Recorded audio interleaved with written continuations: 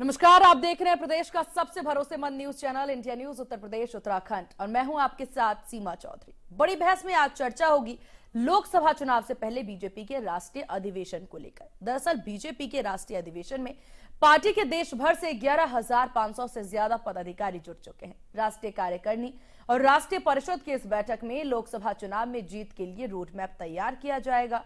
साथ ही बीते 10 साल की सत्ता के दौरान लिए गए पार्टी के बड़े और निर्णायक फैसलों पर प्रधानमंत्री को धन्यवाद दिया जाएगा। बड़ी बात यह है कि हर लोकसभा चुनाव के पहले बीजेपी का बड़ा राष्ट्रीय अधिवेशन करती है। 2014 में लोकसभा चुनाव से पहले बीजेपी ने रामलीला मैदान में बैठक की थी। यहां नरेंद्र मोदी का ऐसा ऐतिहासिक भाषण हुआ कि 30 साल के बाद पहली बार भारत में एक स्थायी सरकार बन गई। इस तरह 2019 के लोकसभा चुनाव से पहले फिर से रामलीला मैदान में पार्टी ने राष्ट्रीय अधिवेशन किया था और ज्यादा संख्या में जीत के साथ केंद्र में फिर से बीजेपी की सरकार बनी थी। लिहाजा 2024 में भी बीजेपी का राष्ट्रीय अधिवेशन जारी है।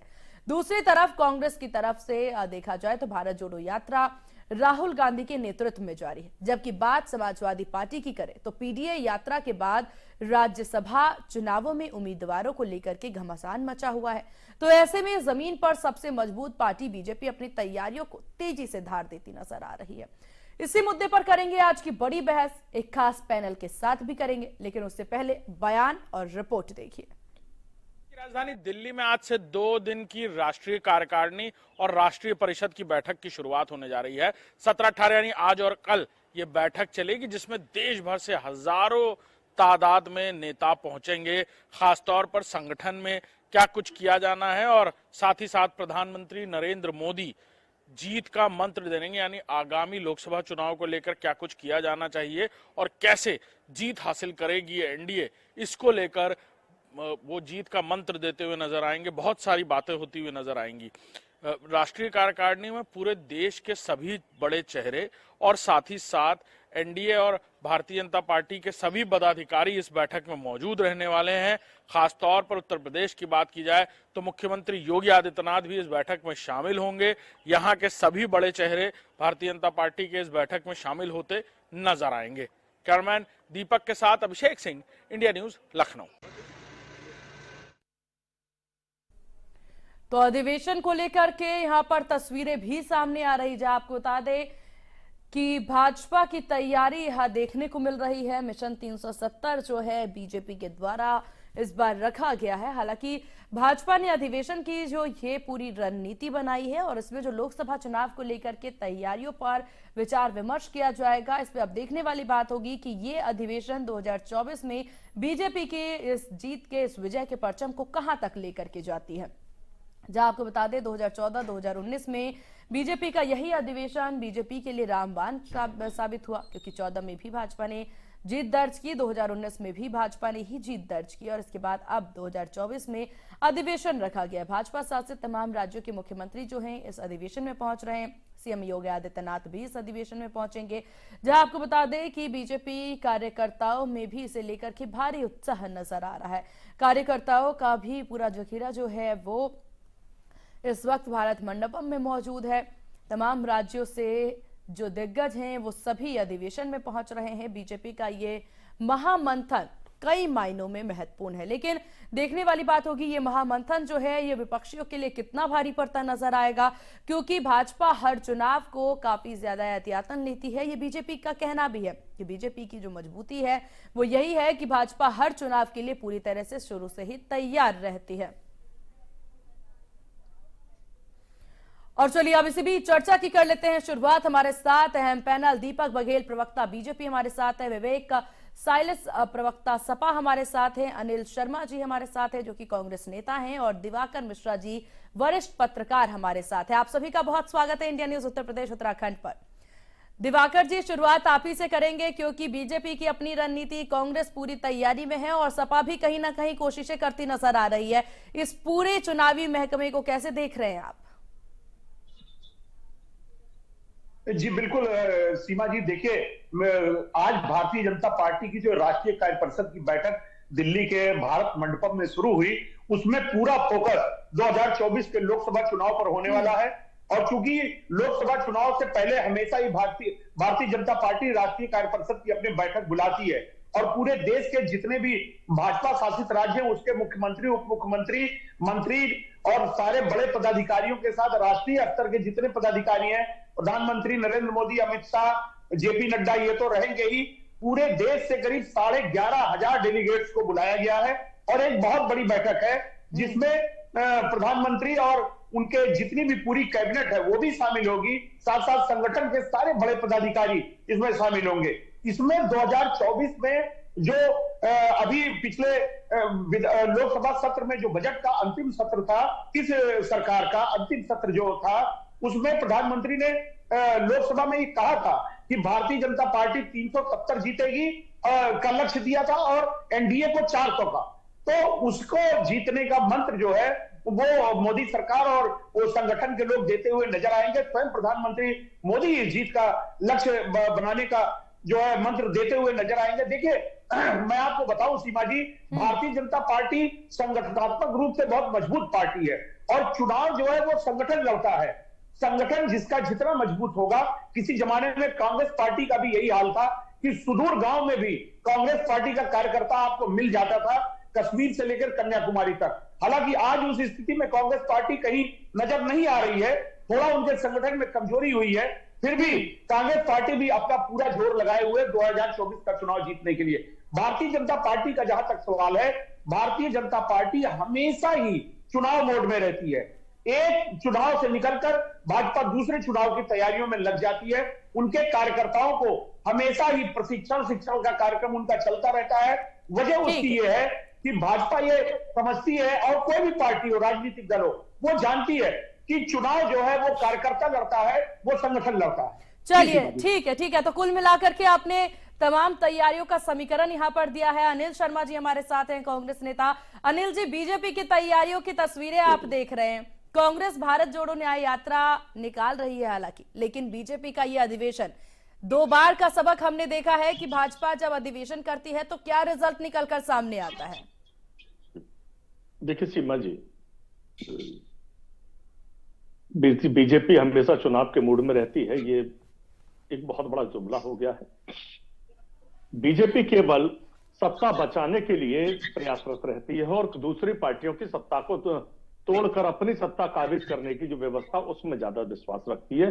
जनता की समस्याओं से भारतीय जनता पार्टी की नीति को कोई सरोकार नहीं है। जनता कहीं भी जाए, इनको अपना केवल लक्ष्य साधना है, इनको केवल सत्ता हासिल करनी है। वोट कार्यकर्ता नहीं देते हैं, जनता ही वोट देती है। जी हाँ, जनता वोट देती है, लेकिन किस प्रकार से वोट मिलता है ये भी सभी को मालूम है कि इनकी जो नीति है, किस प्रकार से फर्जी आधार कार्ड उसी वक्त तैयार होते हैं और वोट डल जाते हैं। अच्छा, दूसरी बात, रही बात कांग्रेस की, तो कांग्रेस का कार्यकर्ता हर जगह मौजूद है और कांग्रेस में भी कार्यशालाएं निरंतर चलती रहती हैं। ऐसी कोई बात नहीं कि कांग्रेस के अंदर वो काम नहीं होते। भारत जोड़ो न्याय यात्रा आज चल रही है, पिछली बार चली, लेकिन कांग्रेस के कार्यक्रम हर विभाग के, हर प्रकोष्ठों के आए दिन कार्यशाला प्रदेश कार्यालय पर होती है, अलग जनपदों में होती है, मंडल स्तर पर होती है और कार्यकर्ताओं को जीत के लक्ष्य दिए जाते हैं। अभी बीते कुछ दिन पहले ही कई मंडलों पर जो है इस तरह के कार्यक्रमों का आयोजन किया गया। ब्रज क्षेत्र का अलग कार्यक्रम था, अवध प्रदेश का अलग था और पूर्वांचल का अलग था। इस तरह से कई कार्यक्रम हम लोगों के होते रहते हैं और कार्यकर्ताओं को बाकायदा मंत्र जीत के दिए जाते हैं। चलिए, तो ये कहना तो ठीक है जी, ठीक है अनिल जी, जीत का मंत्र कांग्रेस देती है और जीत का मंत्र कितना सफल होगा ये भी देखने वाली बात होगी। हालांकि आपने यहाँ पर वोट को लेकर के कहा, फर्जी वोट की बात की है, जिसका जवाब मैं दीपक बघेल जी आपसे लेना चाहूंगी। भाई, आप लोग जीतने के लिए फर्जी आधार कार्ड बना लेते हैं और कांग्रेस जीत जाती है तब आधार कार्ड नहीं बन पाता क्या उन राज्यों में आपसे? नमस्कार सीमा जी।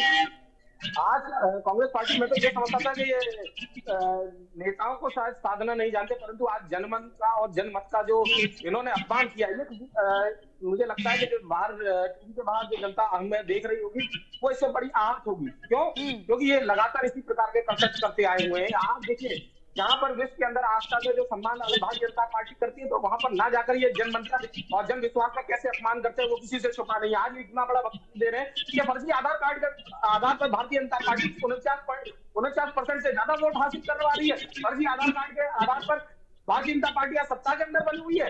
अनिल शर्मा जी, मुझे तो शर्म आती है आप किस प्रकार की बातें करते हैं और आपका किस प्रकार का बौद्धिक स्तर है कि आप इतने बड़ा वक्तव्य दे रहे हो बिना किसी आधार के। अगर आपके पास ऐसा कोई आधार तो आप सामने लेकर आइए, जाइए चुनाव आयोग के अंदर, जाइए कोर्ट के अंदर और लेकर आइए अपनी सरकार, क्योंकि आपको पता है कि टीवी के अंदर आप कुछ भी वक्तव्य दे देंगे, उसके बाद कोई मतलब नहीं, बस यहाँ पे कुछ भी बोल के चले जाइए।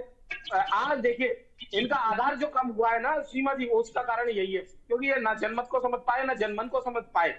क्योंकि जनमत को समझे होते तो ये सरकार में होते और जनमन को समझे होते तो आज जो इंडिया जो गठबंधन इन्होंने बनाया था उससे जो नेता है वो टूटे नहीं होते। आप बता दीजिए इन्होंने 6 महीने 8 महीने पहले महागठबंधन की शुरुआत करी, आज कांग्रेस कहां खड़ी हुई है? इसी कांग्रेस के सामंतवादी और जमींदारी विचार के कारण से आज जितने भी दल से आज वो कोई कहीं गिरा कोई कहीं गिरा, ऐसी परिस्थितियां देश के अंदर बनी हुई है। क्योंकि कांग्रेस को केवल अपने ही जो सामंतवादी और जमींदारी सोच है उसको आगे बढ़ाना है, अपने आप को किसी भी कॉम्प्रोमाइजिंग स्टेट में नहीं लेके आना। और उसका देख लीजिए बिछड़ रहे बारी बारी सारे इनके साथी, चाहे पश्चिम बंगाल से लेकर जहां जहां इनके जो संत है, जो इनके युवराज है, इनको ये प्रमोट करने का काम कर रहे हैं, जहां जहां उनके पैर पड़ रहे हैं उसी राज्य के अंदर क्या स्थिति हो रही है। इन्होंने सरकार के ऊपर बड़ा अच्छा प्रश्न उठाया कि सरकारें खाने क्या में सरकारें इन्होंने गिराकर अपने अंदर बंद करी थी। चलिए ठीक है शर्मा जी जल्दी से रिएक्शन दीजिए, फिर विवेक जी आपके पास आते हैं। देखिए, भारतीय जनता पार्टी के नेताओं का सोच का पैमाना पूरी तरह छलक चुका है। जमींदारी सोच, सामंती सोच, जनता का अपमान, अरे भाई किस तरह की बातें करते हैं, शर्म नहीं आती इन लोगों को वास्तव में। ये लोग जिस प्रकार, ये दीपक बघेल जब आगरा के अंदर विद्यार्थी परिषद के छात्र थे, छात्र नेता थे, तब उनकी स्थिति क्या थी, कहां किस तरह की व्यवस्था यहां होती थी, ये इनको पता नहीं है क्या? भारतीय जनता पार्टी के कार्यकर्ता किस तरह से सुबह से ही व्यवस्थित होकर कहां आधार कार्ड इनके नए नए तैयार होते हैं, इनको पता नहीं है, छुपाने का काम करते हैं। और तमाम बार चुनाव आयोग को शिकायतें करने के बावजूद भी कोई कार्रवाई नहीं होती है। अनिल जी, जिन राज्यों में आप जीत जाते हैं वहां भाजपा विफल हो जाती है क्या आधार कार्ड बनाने में? देखिए, हर जगह ये लोग सफल नहीं होंगे, वहां पर आप सफल हो जाते हैं। प्रयास करते। देखिए, हम लोग जनता के बीच में जाते हैं और जनता के बीच में फिर इनको बेनकाब करने का काम कर रहे हैं। जनता के बीच में जाकर फिर इनको बेनकाब करने का काम कर रहे हैं। और ये निश्चित समझ लीजिए कि आने वाला समय, ये इंडिया गठबंधन की बात करते हैं, इंडिया गठबंधन में तोड़फोड़ करने का भी काम इन लोगों ने किया। नीतीश कुमार जी को जिस प्रकार से पता नहीं कौन सी मजबूरी रही होगी, जो एकदम से वो जहां कहते थे मर जाऊंगा, अनिल जी अब ये बातें तो ना करें, नीतीश कुमार का जिक्र तो ना ही करें। नीतीश कुमार जी की जिस तरह का पिछला रवैया पूरा रहा है उसी से आप लोगों को समझना चाहिए था। कोई भरोसा नहीं है, क्या गारंटी देते हैं मोदी जी के नीतीश जी फिर नहीं पलटेंगे? दूसरी बात, ये किस तोड़ फोड़ की बात करते हैं? इंडिया गठबंधन आज भी मजबूत है। नीतीश जी के जाते ही ममता बनर्जी ने बयान दिया था और एक्सपर्ट बकायदा जारी किया था कि इंडिया गठबंधन पर इनके जाने से कोई प्रभाव पड़ने वाला नहीं है। और जितना लोग हम लोगों को कमजोर करने का प्रयास करेंगे, बार बार देखिए मोदी जी की जुबान पर एक घबराहट इनकी प्रदर्शित होती है कि मोदी जी और इनकी पार्टी के लोग जब भी कोई भाषण देते हैं। देखिए, हम सभी जानते हैं अनिल जी, हम सभी जानते हैं राजनीति में खाने के दांत कुछ और होते हैं, दिखाने के दांत कुछ और होते हैं। चलिए ठीक है आपके पास आएंगे दीपक जी, लेकिन उससे पहले विवेक जी से हम बात कर लेते हैं क्योंकि उनका ओपनिंग कमेंट अभी बाकी है। विवेक जी, यहाँ पर कांग्रेस के बयान आपने सुन लिया, हालांकि आपकी साथी पार्टी है। भाजपा के द्वारा कहना था कि जनमत और जन संदेश जो है इसे आप लोग बहुत इग्नोर करते हैं। सीमा जी, सबसे पहले तो आपको प्रणाम कर और भारतीय जनता पार्टी को बधाई देता हूं कि उनकी सेंट्रल कमेटी की मीटिंग आज हो रही है और जिसमें अभी किसी पैनलिस्ट ने बताया कि 11,500 जो कार्यकर्ता या पदाधिकारी जो हैं उनके साथ पूरे हिंदुस्तान में, वो आके इस मीटिंग को अटेंड करेंगे, इसमें शामिल। देखिए, मीटिंग तो कर रही है भारतीय जनता पार्टी, तो मुझे तो लगता है मीटिंग किस वजह से हो रही है और क्यों हो रही है इस पर भी थोड़ा प्रकाश डालना चाहिए। मुझे लगता है मीटिंग में जरूर इस बात को रखा जाएगा कि भारतीय जनता पार्टी आज जो किसानों का प्रोटेस्ट चल रहा है उसको कैसे और कुचला जाए, उस पर जरूर मंथन किया जाए। या फिर इलेक्टोरल बॉन्ड में किस तरह से चंदा लेके और भ्रष्टाचार को बढ़ावा दिया जाए, उस पर भी जरूर मंथन करना चाहिए। बेरोजगारी और कितनी बढ़ाई जाएगी, भ्रष्टाचार कैसे और आगे बढ़ सकेगा, देश में महंगाई किस तरह से चरम को पार करते हुए और बढ़ाई जाएगी, शायद हो, सीमाएं किस तरह से आज असुरक्षित है और भारतीय जनता पार्टी और आदरणीय प्रधानमंत्री उससे एक शब्द नहीं बोलते हैं, चाइना को क्लीन चिट देते हैं कि ना कोई आया है ना कोई। आज जवान, किसान, नौजवान, महिलाएं, जितने भी आप देख लीजिए, सब परेशान है। या भारतीय जनता पार्टी हो सकता है इस तरह से बात करे कि चंडीगढ़ में जिस तरह से मेयर की चुनाव में धांधली हुई, उसका वीडियो आया, किस तरह से बेईमानी करके हिंदुस्तान के चुनाव को जीता जाए, उस पर जरूर चर्चा हो। या धर्म और जाति में लोगों को बांट के किस तरह से घृणा आपस में फैला के चुनाव को जीता जाए, इस पे बात होगी। या कितने भ्रष्टाचारियों को दूसरी पार्टियों से ईडी और सीबीआई के डर से अपनी पार्टी में शामिल करके चुनाव की जुगाड़ बनाया जाए, हो सकता है इस पे बात हो जाएगी। या फिर राम रहीम जैसे या गुजरात के बलात्कारियों को छोड़ के किस तरह से चुनावी फायदा लिया जाए, ठीक है भारतीय जनता पार्टी। चलिए विवेक जी, मुझे आप ये भी इस पर भी आप नजर डालिएगा। विवेक जी, इस पर भी नजर आप डालिए। बीजेपी अपना अधिवेशन कर रही है, सपा अपनी रैलियां निकाल रही हैं, आपका भी फॉर्मूला पे कार्य चल रहा है, वो कार्य कहाँ तक पहुंचा है? आप किस प्रकार से यहाँ पर तैयारी कर रहे हैं लोकसभा चुनाव को लेकर के, या सिर्फ बयानबाजी ही चल रहा है आप लोगों का? देखिए, समाजवादी पार्टी पूरी तैयारी में जुटी हुई है। उसका एक एक कार्यकर्ता आज ब्लॉक लेके और गांव के लेवल तक काम कर रहा है। हमारा तो 2017 में नारा ही था, भले हम चुनाव हार गए, लेकिन 2017 में भी हमने नारा दिया था, काम बोलता है। हम अपने कामों को लेकर जनता के बीच में गए थे, उसने स्वीकारा अस्वीकार किया वो बात। आज भी समाजवादी पार्टी पीडीए पे काम कर रही है। पिछड़े हैं, दलित हैं, अल्पसंख्यक हैं, अगड़े हैं, आदि आबादी है, आदिवासी हैं, उनको लेके समाजवादी पार्टी आगे बढ़ रही है। और समाजवादी पार्टी का एक एक कार्यकर्ता जो हमारा इंडिया गठबंधन है उत्तर प्रदेश के अंदर, उसके साथ कंधे से कंधा मिला के आगे चल रहा है।